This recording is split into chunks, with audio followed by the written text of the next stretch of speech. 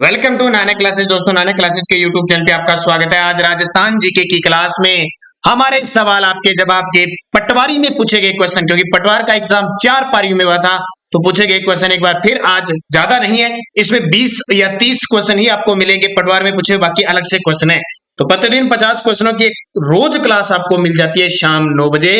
Start करते हैं जल्दी से इस वीडियो को, इस सेशन को जल्दी से शेयर कर दीजिए, और अगर आप चैनल पे नए हैं तो इसको सब्सक्राइब कर लीजिए ताकि अगले आधे घंटे तक हम बने रहिए और इस वीडियो को लगातार देखते रहिए, अध्ययन करते रहिए, क्योंकि राजस्थान जीके की जब बात आ जाती है तो ये आपके लिए बहुत इंपॉर्टेंट हो जाता है। तो पहला क्वेश्चन देखिए, निम्न में से उस समूह का चयन कीजिए जिन्होंने 3 या अधिक अवसरों पर राजस्थान के मुख्यमंत्री पद की शपथ ली है।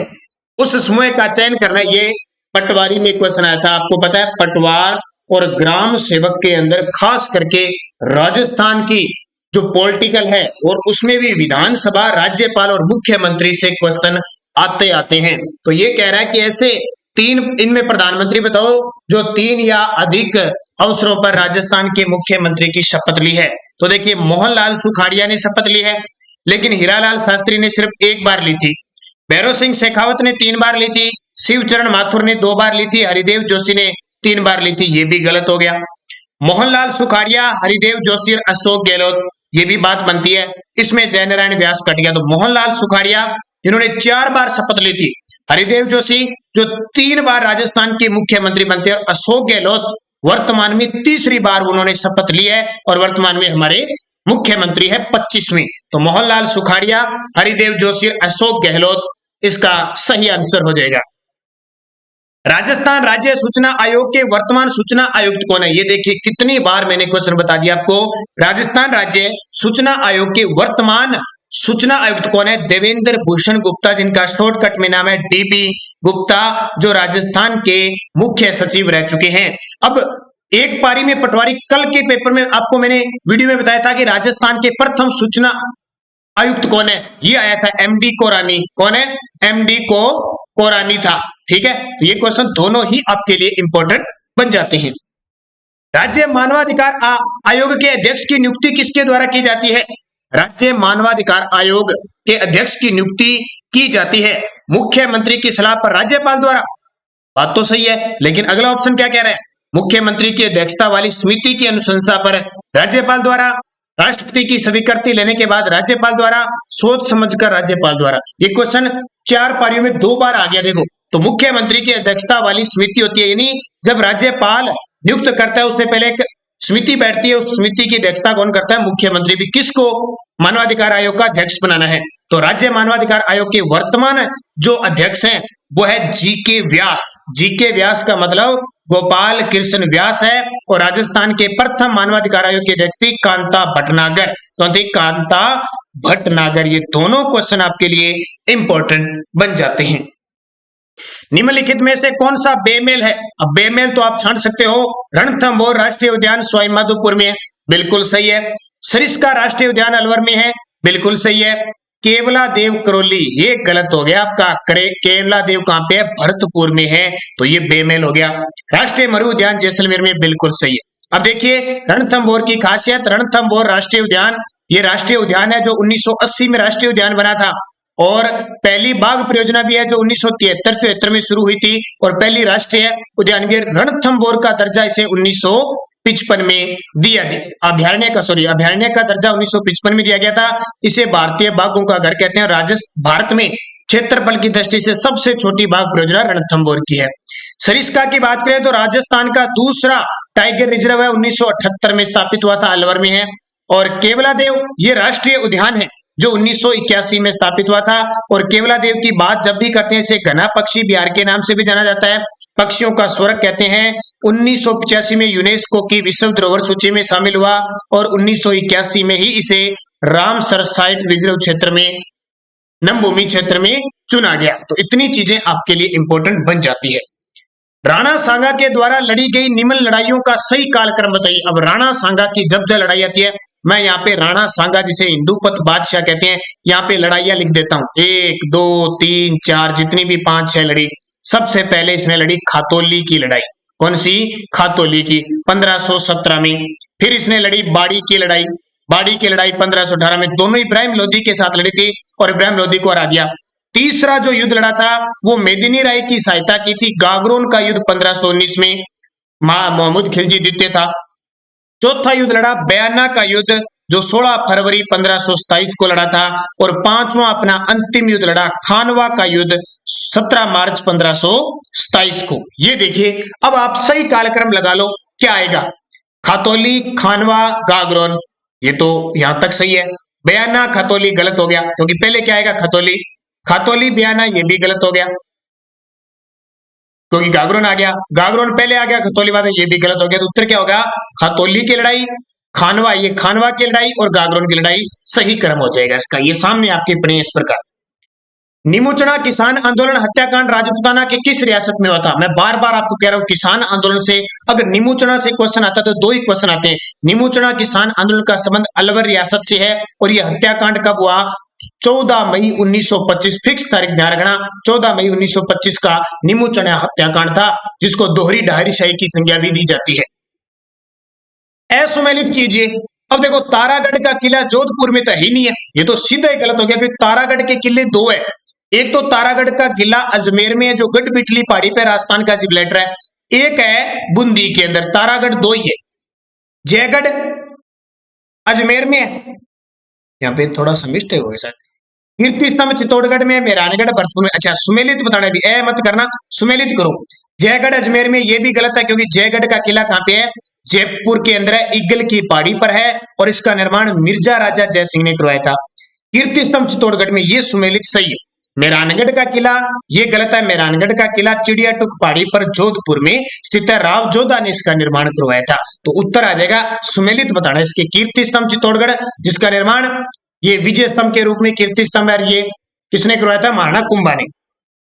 किसके दरबार में निहालचंद दरबारी चित्रकार के रूप में करे थे? कितना आसान है, निहालचंद, मोर ध्वज निहालचंद, जिसने राजा सामंत सिंह की पासवान बनी ठनी का चित्र बनाया था। कौन सा चित्र? बनी ठनी, जिसको भारत की मोनालिसा कहा जाता है।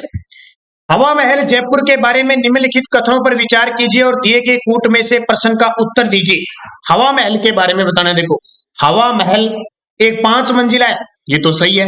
हवा महल का निर्माण स्वाई प्रताप सिंह ने 1799 में कराया था, ये भी बिल्कुल सही है।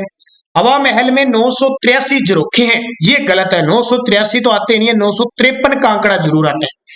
तो 983 का तो आंकड़ा नहीं आता। 1 और 2 इसका सही जवाब है। अब कई बार पूछ लिया जाता है कितने झरोखे हैं और कितनी खिड़कियां हैं, इसको याद रखना।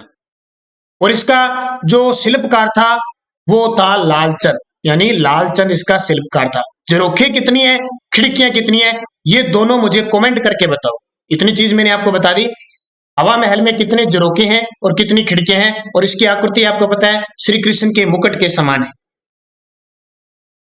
अलवर भरतपुर के जोगियों द्वारा किस प्रकार की सारंगी बजाई जाती है? तो अलवर यानी भरतपुर मेवात क्षेत्र के जोगी है, वो सिंधी सारंगी बजाते हैं, ध्यान रखना। एक विद्यार्थी ने कमेंट किया कि सर ये बजाते हुए सिंधी सारंगी बजाते हैं, याद रखना। जोगियों के द्वारा किस प्रकार की सारंगी बजाई जाती है?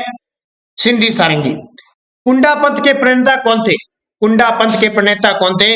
तो राव मल्लीनाथ कुंडा पंथ के प्रणेता थे। मल्लीनाथ जी का जब भी नाम आता है तो आपको ध्यान रखना, मारवाड़ के ऐसे शासक जो लोक देवता के रूप में पूजे जाते हैं, मल्लीनाथ जी। और मल्लीनाथ जी के उस के नाम पर मल्लीनाथ जी पशु मेला लगता है लूणी नदी के किनारे, तिलवाड़ा बाड़मेर में चैत्र माह में। ये याद रखना, जो राजस्थान का सबसे प्राचीन पशु मेला है। राजस्थान का कौन सा क्षेत्र बेलबूटों की छपाई के लिए, कला के लिए जाना जाता है? सारे पटवार में आए हुए हैं, ध्यान रखना। पटवार के सारे क्वेश्चन दे चुका हूं मैं आपको। आज की इस तीसरी क्लास में अंतिम पटवार के क्वेश्चन दिए जा रहे हैं और आपको पता लग रहा है कि किस प्रकार के क्वेश्चन है और आप क्या पढ़ रहे हो। इसके बाद में कल मैं कोशिश करूंगा, जो इससे पहले जो एग्जाम हुआ था कृषि पर्यवेक्षक का, ये भी आपके अधीनस्थ बोर्ड ने लिया था, उसमें भी 50 क्वेश्चन जीके के आए थे। वो सारे के सारे क्वेश्चन दूंगा, आपको पता लग जाएगा कि क्वेश्चन कैसे। और मैं आपको लगातार अभी RUVNL के साथ बिजली बोर्ड के एग्जाम हो रहे हैं, वो भी आपको डाल रहा हूं। आज का मैंने डाल दिया, आपको देख लेना। तो देखो, कौन सा बेलबूटों की छपाई के लिए जाना जाता है? तो बस्सी, बगरू, मोलेला जो सांगानेर है वो जाना जाता है। निम्न में से कौन सा युग्म सही है? ये देखिए, बार बार क्वेश्चन आ रहा है। राजस्थान हिंदी ग्रंथ अकादमी, राजस्थान साहित्य अकादमी, राजस्थान संस्कृत अकादमी, राजस्थान ब्रज भाषा अकादमी। देखिए सबसे पहले राजस्थान हिंदी ग्रंथ अकादमी इसने दे रखा है 15 जुलाई 1980। ये तो गलत हो गया क्योंकि राजस्थान हिंदी ग्रंथ अकादमी की स्थापना 1969 को जयपुर में हुई थी। फिर आता है राजस्थान साहित्य अकादमी, तो राजस्थान साहित्य अकादमी 28 जनवरी 1958, ये तो सही है। राजस्थान संस्कृत अकादमी, राजस्थान संस्कृत अकादमी की स्थापना कब हुई, ये दे रखा है, ये क्या दे रहा है 1969 दे रहा है, बल्कि 1969 में इसकी स्थापना नहीं हुई। इसकी स्थापना 1969 में नहीं हुई थी बल्कि 1981 के अंदर हुई थी। और ब्रज भाषा अकादमी जिसकी स्थापना 82 में नहीं बल्कि 1986 में जयपुर में हुई थी। तो राजस्थान साहित्य अकादमी 28 जनवरी 1958 को हुई थी, ये एकदम बिल्कुल सही है। तो ये देखिए अगर आपको इन चीजों का पता है फिर भी आप पता लगा पाओगे, सही होगा आपका। अगला, जब राजस्थान में त्रिस्तरीय पंचायती राज व्यवस्था का उद्घाटन किया गया उस समय राजस्थान के मुख्यमंत्री कौन थे। अब त्रिस्तरीय पंचायती राज व्यवस्था का उद्घाटन 2 अक्टूबर 1959 को हुआ था बगदरी गांव नागौर में। उस समय हमारे राजस्थान के मुख्यमंत्री थे मोहनलाल सुखाड़िया और इसका उद्घाटन उस समय पंडित जवाहरलाल नेहरू के द्वारा किया गया। विधानसभा अध्यक्ष की नियुक्ति किसके द्वारा की जाती है। विधानसभा का जो अध्यक्ष होता है ना उसकी नियुक्ति किसके द्वारा की जाती है, तो विधानसभा के सदस्यों द्वारा अपने में से। क्योंकि विधानसभा का जो अध्यक्ष होता है, जैसे वर्तमान में सीपी जोशी है, डॉक्टर चंद्र प्रकाश जोशी है, 15वीं विधानसभा चल रही है। ये विधानसभा के पहले सदस्य होते हैं, चुनाव होने के बाद सदस्य, उनको जो नियुक्ति दिलाई जाती है वो राज्यपाल के द्वारा नियुक्त प्रोटेम स्पीकर दिलाता है। प्रोटेम स्पीकर यानी अस्थायी अध्यक्ष दिलाता है, जो राज्यपाल के द्वारा नियुक्त किया जाता है। जैसे अभी 15वीं विधानसभा के प्रोटेम स्पीकर गुलाब चंद कटारिया थे। तो ये अध्यक्ष होता है, वो सदस्य के रूप में शपथ लेता है और उन्हीं सदस्यों में से एक को अध्यक्ष नियुक्त किया जाता है। राज्य के पहले विधानसभा अध्यक्ष श्री नरोत्तम लाल जोशी किस जिले से, बार बार पेपर में आ रहा है। राज्य के पहले विधानसभा अध्यक्ष कौन थे, नरोत्तम लाल जोशी, ये झुंझुनू जिले से थे। और ध्यान रखना राजस्थान विधानसभा के प्रथम उपाध्यक्ष पूछे तो लाल सिंह सक्तावत थे। राजस्थान के किस विधानसभा के काल में राज्यों में तीनों सर्वोच्च पद चाहे वो राज्यपाल का है, चाहे वो मुख्यमंत्री का है, चाहे विधानसभा अध्यक्ष महिलाओं के पास था। ऐसी कौन सी विधानसभा थी, तो 12वीं विधानसभा ऐसी थी। उस समय हमारी राजस्थान की पहली राज्यपाल प्रतिभा पाटिल थी, उस समय भी महिला थी। और उस समय मुख्यमंत्री थी वसुंधरा राजे सिंधिया और उस समय विधानसभा अध्यक्ष बनी सुमित्रा सिंह। तो तीन पद बड़े, राज्यपाल हो गया, मुख्यमंत्री हो गया, विधानसभा अध्यक्ष, तीनों ही किसके पास थे, महिलाओं के पास थे। वो कौन सी विधानसभा थी, 12वीं विधानसभा थी। निम्न में से कौन राजस्थान के राज्यपाल के पद पर नहीं रहे, इनमें से कौन है वो राजस्थान के राज्यपाल के पद पर नहीं रहे। अब देखिए कौन नहीं रहे राज्यपाल के पद पर। बी आर पाटिल, बिल्कुल ये तो रहे थे, बी आर पाटिल तो रहे थे, यानी बी आर पाटिल का मतलब बसंत राव पाटिल, जो 1985 से 1987 तक रहे थे। अच्छा, उसके बाद में सुरजीत सिंह बरनाला नाम सुना आपने, तो सुरजीत सिंह बरनाला हमारे राज्यपाल नहीं रहे। बल्लीराम भगत रहे थे, बिल्कुल, बल्लीराम भगत 1993 से 98 तक रहे थे। और ओपी मेहरा रहे थे, ओपी मेहरा यानी ओम प्रकाश मेहरा, बिल्कुल 1982 से 85 तक रहे थे। ठीक है, ये ओम प्रकाश मेहरा, अच्छा इनका 85 से 87 तक रहे थे, ये 87 तक, 82 से 85। तो सुरजीत सिंह बरनाला नहीं रहे। इस प्रकार के क्वेश्चन आते हैं पेपर में। निम्न में से कौन सा कथन सही नहीं है। देखो, राज्यपाल को 3,50,000 रुपए मासिक वेतन मिलता है, बिल्कुल सही है। लोकायुक्त का कार्यकाल 8 वर्ष होता है, ये गलत है। लोकायुक्त का कार्यकाल 5 वर्ष होता है। कितना, 5 वर्ष होता है। हालांकि वसुंधरा सरकार पिछली भाजपा सरकार थी, उसने 5 वर्ष से बढ़ाकर 8 किया था, लेकिन वापिस कांग्रेस सरकार ने इसे 5 कर दिया, तो ये सही नहीं है। राज्यपाल मुख्यमंत्री की सिफारिश पर किसी भी व्यक्ति को मंत्री नियुक्त कर सकता है, ये बिल्कुल सही है। तो बी उत्तर इसका गलत हो जाएगा। अब कमेंट करके फिर बताना है बार बार, वर्तमान में हमारे राजस्थान के राज्यपाल कौन है, 21वें राज्यपाल कौन है, ये कमेंट करके बताओगे, याद रहेगा। और राजस्थान के लोकायुक्त कौन है, कल के वीडियो में हालांकि आपने बताया था, फिर नए विद्यार्थी वो जरूर बताना। और वर्तमान में हमारे जो मुख्यमंत्री है अशोक गहलोत, इनका विधानसभा क्षेत्र कौन है, ये साथ साथ में मुझे कमेंट करके आप बताओगे, ताकि हर एक चीज आपके दिमाग की चेतना जगती रहे, पता लगता रहे और आप जो लाइक नहीं कर रहे हो ना, आपको पता नहीं चल रहा है कि लाइक करना है कि नहीं करना, वो भूल जाते हो, उसको दिमाग की बत्ती जगाते रहे और कमेंट करते रहे। राजस्थान की प्राचीन प्राकृतिक झील कौन सी है? डबल केस लिखा गया। राजस्थान की प्राचीन प्राकृतिक झील कौन सी है? पुष्कर झील है, ध्यान रखना।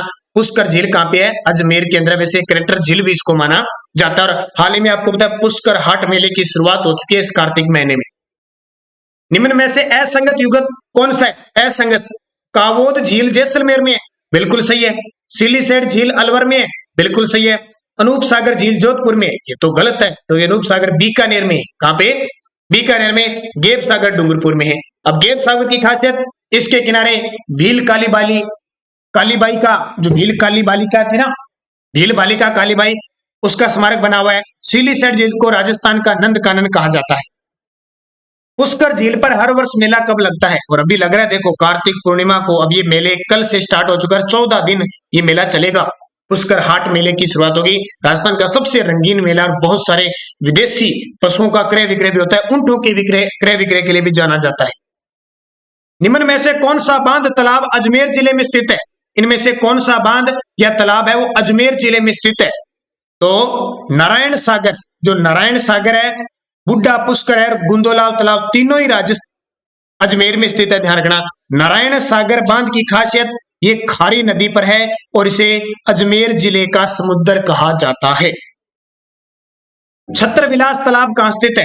तो छत्रविलास तालाब, तो इसका उत्तर हो जाएगा कोटा में। छत्रविलास तालाब कोटा में। देखो कोटा में बहुत सारे हैं, जैसे कोटा बैराज, जोहर सागर, छत्रविलास झील, किशोर सागर झील, आलनिया बांध, सावन भादो परियोजना, ये सारी कोटा में है। सावन भादो बांध निम्न में से किस जिले में है? तो आसान सा क्वेश्चन है। कोटा में सावन भादो बांध है, सावन भादो नदी पर। बांध व संबंधित जिले का कौन सा युग्म असंगत है? देखो पार्वती बांध धौलपुर में, ये सही है। कनौता बांध दौसा में है। उमेद सागर जोधपुर में है। पांचना बांध करौली में, सही है। तो कनौता बांध दौसा में नहीं है, इसको याद रखना, कनौता बांध। अगला क्वेश्चन है, झीलों व स्थान का कौन सा युग्म सही सुमेलित नहीं है? देखो बालसमंद झील जोधपुर में सही है। ताल छापर चूरू में यही सही है। नंदसमंद राजसमंद में ये भी सही है। ये छापरवाड़ा पाली में नहीं है, बल्कि कहां पे है? जयपुर में। तो ये इसका सुमेलित नहीं है। कौन सा जोड़ा गलत है? चिल्का झील उड़ीसा में है, ये सही है। पंचभद्रा बालोतरा बाड़मेर में है, ये भी सही है। लूणकर सर झील कुचामन सिटी नागौर, ये गलत है क्योंकि बीकानेर के अंदर स्थित है। और सांबर झील जयपुर में है। तो उत्तर आ जाएगा 3 नंबर। निम्न में से कौन सी झील खारे पानी की है? देखो बंद बरेठा बांध भरतपुर में, ये तो मीठा है। राजसमंद झील ये भी मीठी है। बालसमंद झील जोधपुर में ये भी मीठी है। लूणकरसर जो बीकानेर में, ये खारे पानी की झील है। वह झील कौन सी है जिसके एक और प्रसिद्ध टोड रोक है? क्या? टोड रोक, नन रोक, हाथी गुम्फा, रामसर पॉइंट, रघुनाथ जी का मंदिर, हनीमून पॉइंट, ये सारी चीजें हैं। तो वो कौन सी है? नक्की झील माउंट आबू में है, राजस्थान की सबसे ऊंची झील है। बिसल देव की प्रेमिका राजमती कहां के शासक की पुत्री थी? अब कुछ इतिहास के ग्रंथों की मैं चर्चा करूंगा, क्योंकि ये साथ साथ में लेने बहुत जरूरी है। इतिहास के कुछ ग्रंथ। बिसल देव की जो प्रेमिका थी राजमती, मालवा की शासक थी। बिसल देव विग्रह राज चतुर्थ जिसको कहा जाता है, जो चौहान शासक था, उसकी प्रेमिका थी राजमती। दलपत विजय द्वारा रचित खुमान रासो में मेवाड़ के किस शासक की उपलब्धियों का वर्णन हुआ है? देखो खुमान रासो ग्रंथ किसका? दलपत विजय का। इसमें मेवाड़ के किस शासक की उपलब्धि का वर्णन है? तो मेवाड़ के शासक आए थे महाराजा राज सिंह, जो 1652 से 1680 तक राज करते हैं। वो राज जो औरंगजेब का विरोध करते हैं, जजिया कर देने से विरोध करते हैं, और मथुरा से, वाराणसी, बनारस से लाई हुई मूर्तियों को अपने मेवाड़ क्षेत्र में विराजमान करवाते हैं। खुमान रासो ग्रंथ की रचना किसने की? तो दलपत विजय ने। दोनों ही क्वेश्चन आगे। पृथ्वीराज विजय ग्रंथ की रचना किसने की थी? पृथ्वीराज, ये ग्रंथ बहुत इंपॉर्टेंट और अक्सर एक पेपर में आते हैं। पृथ्वीराज विजय की ग्रंथ की रचना थी जयानक भट्ट ने। किसने? जयानक भट्ट ने। राजस्थान में बूंदी के महाराव राम सिंह के दरबारी कवि कौन थे? राजस्थान में बूंदी के महाराव राम सिंह थे, उनके दरबारी सूर्यमल मिश्रण थे, जिन्हें राजस्थान का राज्य कवि कहा जाता है। हाला जालरी कुंडलिया की रचना किसने की थी? अब ऐसे क्वेश्चन आ जाए तो बड़ी मुश्किल है, इसे छोड़ने वाले होते हैं वैसे। हाला जालारी कुंडलिया ये ईश्वरदास के द्वारा लिखी गई। कानड़ देव प्रबंध ग्रंथ के रचयिता कौन है? कानड़ देव प्रबंध, जिसमें जालोर के चौहान शासक, सोनग्रा चौहान शासक कानड़ देव और अलाउद्दीन खिलजी के बारे में जानकारी मिलती है। पद्मनाभ इसके रचनाकार हैं। राजस्थान में प्रसिद्ध वेली कृष्ण रुक्मिणी की रचना किसने की थी? राजस्थान में प्रसिद्ध वेली कृष्ण रुक्मिणी ग्रंथ की रचना पृथ्वीराज राठौड़ ने की थी, जो बीकानेर के शासक कल्याणमल के पुत्र थे। और ये कल्याणमल के साथ 1570 में नागौर दरबार में अकबर की दीनता स्वीकार करते हैं और अकबर इन्हें गागरोन की जागीर देते हैं। वहीं ये वेली कृष्ण रुक्मिणी ग्रंथ लिखते हैं, जिसे दुर्साहाड़ा ने क्या कहा था? 5वां वेद और 19वें पुराण की संज्ञा थी। और पृथ्वीराज राठौड़ को डिंगल का हिरोस कहा जाता है। वातारी फुलवारी ग्रंथ की रचना किसने की थी? ये अभी कल का जब कृषि पर्यवेक्षक का मैं पेपर बतवाऊंगा आपको, तो उसमें क्वेश्चन आया हुआ है वातारी फुलवारी किसकी रचना है? विजयदान देथा, जिसको राजस्थान का शेक्सपियर कहते हैं। कवि सूर्यमल मिश्रण की किस रचना में बूंदी के महाराजा राव सुरजन सिंह की उपलब्धियों का वर्णन किया गया है? अब आपको यह पता लग गया कि सूर्यमल मिश्रण बूंदी के शासक राम सिंह के दरबारी कवि थे, लेकिन इन्होंने अपने किस ग्रंथ में बूंदी के राजा महाराव सुरजन सिंह की उपलब्धियों के बारे में जानकारी दी है? तो वंश भास्कर इनके ग्रंथ है। वंश भास्कर, वीर सतसई, धातु रूपावली, ये सारे सूर्यमल मिश्रण के ग्रंथ है। राजस्थान के मेवाड़ और बाड़मेर में पुरुषों का सामूहिक जो वर्ताकार नृत्य होता है उसे क्या कहा जाता है? राजस्थान में मेवाड़ क्षेत्र में और बाड़मेर में पुरुषों का जो सामूहिक वर्ताकार नृत्य होता है वो घेर नृत्य कहलाता है। ठीक है, घेर नृत्य बाड़मेर क्षेत्र का बहुत प्रसिद्ध है, ये ध्यान रखना। बाड़मेर के क्षेत्र में प्रसिद्ध है घेर नृत्य। और घेर नृत्य करता कौन? घेर नृत्य भील ज्यादा करते हैं, भील जनजाति ज्यादा भीलों के द्वारा किया जाता है। और गेर यानी होली के अवसर पर गेर खेलते समय किया जाता है। शेखावटी नृत्य क्षेत्रीय नृत्य है, ये जनजातीय नृत्य शेखावटी क्षेत्र में होता है, पुरुष प्रधान नृत्य है। 13 ताली नृत्य वर्तमान में व्यावसायिक नृत्य बन चुका है। और ये 13 ताली मंजीरा वाद्य यंत्र के साथ रामदेव जी की आराधना में किया जाता है। घूमर नृत्य, घूमर एक नृत्य धार्मिक नृत्य है जो सबसे ज्यादा महिलाओं को पसंद होता है। राजस्थान के किस क्षेत्र में गिद्दड़ नृत्य जो पुरुषों द्वारा सामूहिक वर्ताकार में हाथों में डंडे लेकर होली के अवसर पर किया जाता है? तो आपको याद रखना है गिद्दड़ नृत्य हो गया, डफ नृत्य हो गया, चंग नृत्य हो गया, कच्छी घोड़ी नृत्य हो गया, ये सब के सब शेखावटी क्षेत्र के प्रसिद्ध है। गिद्दड़ नृत्य भी पुरुष प्रधान नृत्य है। राजस्थान के किस क्षेत्र में होली के अवसर पर पुरुषों द्वारा वर्ताकार नृत्य हाथों में चंग लेकर किया जाता है? फिर बता दिया मैंने, चंग, डफ, कच्छी घोड़ी, गिद्दड़, ये सारे के सारे शेखावटी क्षेत्र में ही प्रचलित है। अग्नि नृत्य का उद्गम राजस्थान के किस जिले में हुआ? ये देखिए, अग्नि नृत्य का उद्गम बीकानेर के कतरिया सर से स्टार्ट होता है। कतरिया सर में जसनाती संप्रदाय के द्वारा फतेह फतेह का उद्घोष करते हुए अग्नि नृत्य करते हैं। कौन सा नृत्य राजस्थान में फतेह फतेह कहते हुए किया जाता है? तो अभी मैंने आपको बताया, ददकते हुए अंगारों पर अग्नि नृत्य किया जाता है और सर पर मतीरे फोड़ना, तलवार से करतब दिखाना और फतेह फतेह का उद्घोष करते हुए अग्नि पर नृत्य करते हैं। कहां पे? कतरिया सर, बीकानेर में। अग्नि नृत्य को सबसे ज्यादा संरक्षण दिया जाता है, वो संरक्षण दिया जाता है बीकानेर के महाराजा गंगा सिंह के द्वारा। राजस्थान के लोक संत पीपा जी के बचपन का नाम क्या था? तो राजस्थान के लोक संत पीपा जी के बचपन का नाम, जो दर्जी समुदाय के संत कहलाते हैं, मुख्य रूप से प्रताप सिंह इनका नाम था। अभी पटवार में क्वेश्चन आया था, संत पीपा की गुफा कहां पे है? तो टोडा राय सिंह टोंक के अंदर, छतरी इनकी गागरोन में बनी हुई है और मंदिर इनका समदड़ी बाड़मेर में। राजस्थान में पृथ्वीराज रासो की रचना किसने की थी? तो पृथ्वीराज रासो ग्रंथ है, उसकी रचना चंद्रबरदाई ने की थी। किसने? चंद्रबरदाई ने। और बिसलदेव रासो की रचना किसने की थी? नरपति नाला ने। बिसलदेव रासो ग्रंथ की रचना नरपति नाला ने। और राजस्थान में हमीर रासो की रचना किसने की थी? हमीर रासो ग्रंथ है, उसकी रचना या तो कह सकते हैं जोधराज। देखो, 2 ग्रंथ लिखे थे, एक साहित्यकार था जोधराज, एक था सारंगदेव जिसका नाम था सारंगदेव, कह सकते हैं। ये दोनों एक ही थे, ठीक है। तो 2 नाम अलग अलग थे, ग्रंथ एक ही लिखा था ना, हमीर रासो, तो इसलिए इसकी रचना सारंगदेव की। और एक सारंगधर भी कहते हैं इसको। अंतिम क्वेश्चन आज का, विशलदेव की वीरता पराक्रम राजमती के साथ प्रेम का वर्णन किस कवि ने अपनी कृति विशलदेव रासो में की है। देखो राजमती जो मालवा की थी, नरपति नाहला ने विशलदेव रासो ग्रंथ में इसकी प्रशंसा की है। ये विशलदेव विग्रह राज चतुर्थ के नाम से प्रसिद्ध था। इसने खुद हरि के लिए नाटक लिखा था संस्कृत भाषा में और बहुत सारे कवियों का आश्रयदाता था, इसलिए इसे कवि बांधव की उपाधि दी गई है और इसके काल को अजमेर के चौहानों का स्वर्ण काल कहते हैं। सबसे ताकतवर तो था पृथ्वीराज तृतीय, लेकिन स्वर्ण काल पूछे तो विशलदेव। ये आपके 50 क्वेश्चन हो गए। कुछ पटवारी के मिलाए हुए थे, इसमें कुछ अलग थे और आपको लगातार 9 बजे क्लास दी जा रही है। अब कल के विद्यार्थी जिन्होंने कमेंट में जवाब दिए थे, कुछ एक क्वेश्चन मैंने पूछे थे, मुझे जरूर कमेंट करके बताना ताकि आप लगातार हमारे साथ जुड़े रहें।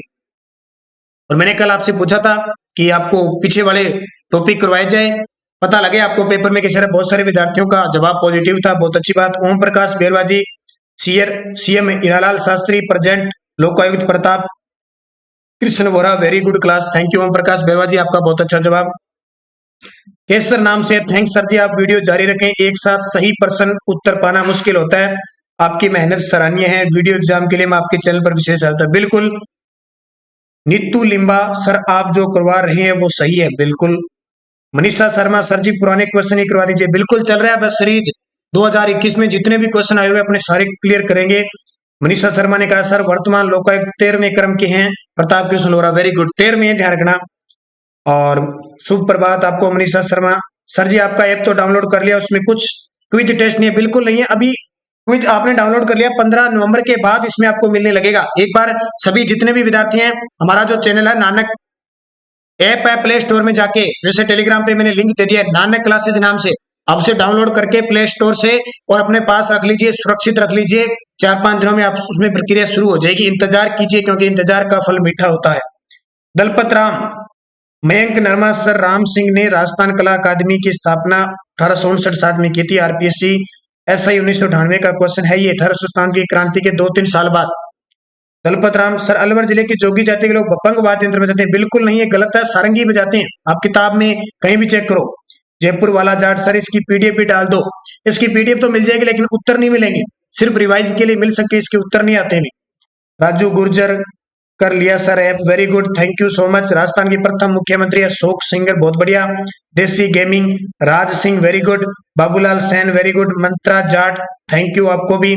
और एजुकेशन सर, आपने वीडियो की करंट अफेयर्स की पार्ट 2 की वीडियो पीडीएफ टेलीग्राम चैनल पर नहीं डाली है सर, प्लीज वो डाल तो दूंगा, उसके उत्तर नहीं लगे हैं, ध्यान रखना। राजगोला जी, शुभ संध्या। राधे कृष्णा, आपको भी जय श्री कृष्णा, बहुत अच्छे जवाब आप सभी के। तो आज 121 नंबर आपको क्लास मिल चुकी है। रोज इसी समय और सुबह 7:15 पर विजिट करें हमारे चैनल पे, लाइक करें, शेयर करें वीडियो को ज्यादा से ज्यादा। धन्यवाद, जय हिंद, जय भारत।